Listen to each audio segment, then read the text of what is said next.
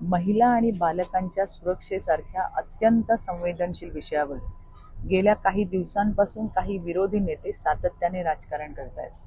विशेषतः रोहित पवार महाराष्ट्रात भीतीचं वातावरण निर्माण करण्याचा प्रयत्न करत आहेत, जे अत्यंत दुर्दैवी आहे. पण एक गोष्ट लक्षात ठेवा, एखाद्या आईच्या डोळ्यात भीती दिसली, एखाद्या बहिणीला रात्री घरी जाताना असुरक्षित वाटलं, एखाद्या लहानगीवर अत्याचार झाला, तर ती फक्त बातमी नसते, ती संपूर्ण समाजाची वेदना असते.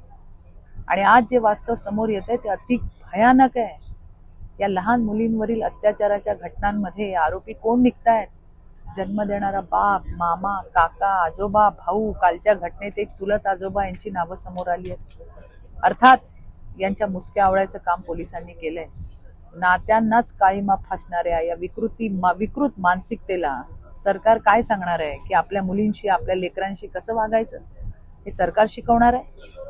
आणि म्हणूनच हा विषय फक्त राजकारणाचा नाही, तर समाजाच्या मानसिकतेविरुद्धचा, समाजात वावरणाऱ्या काही विकृत लांडग्यांच्या विरुद्धच्या लढ्याचा आहे.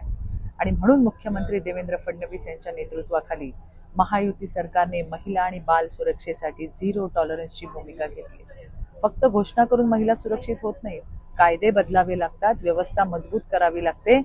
आजचे गुन्हे फक्त रस्त्यावर नाही होत, सगळ्यात सुरक्षित वाटणाऱ्या घरांमध्ये होत आहेत, मोबाईलवर होत आहेत, सोशल मीडियावर होत आहेत, डिजिटल ब्लॅकमेलद्वारे होत आहेत.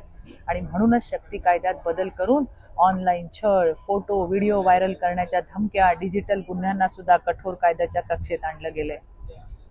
ऍसिड अटॅक विक्टीम असतील, त्यांची आयडेंटिटी रिव्हील केली तर ती सुद्धा कायद्याच्या कक्षेत आता आणली जाणार आहे.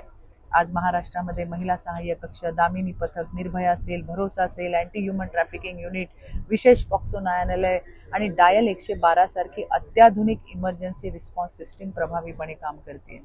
राज्यात 200हून अधिक मोबाईल फॉरेन्सिक लॅब सुरू करण्यात आल्या आहेत. DNA तपास, CCTV एक्स्ट्रॅक्शन आणि डिजिटल पुरावे घटनास्थळीच तपासले जात आहेत. आणि तपास प्रक्रिया 70 ते 80% वेगवान झाली आहे. पण विरोधक फक्त आकडे सांगतात.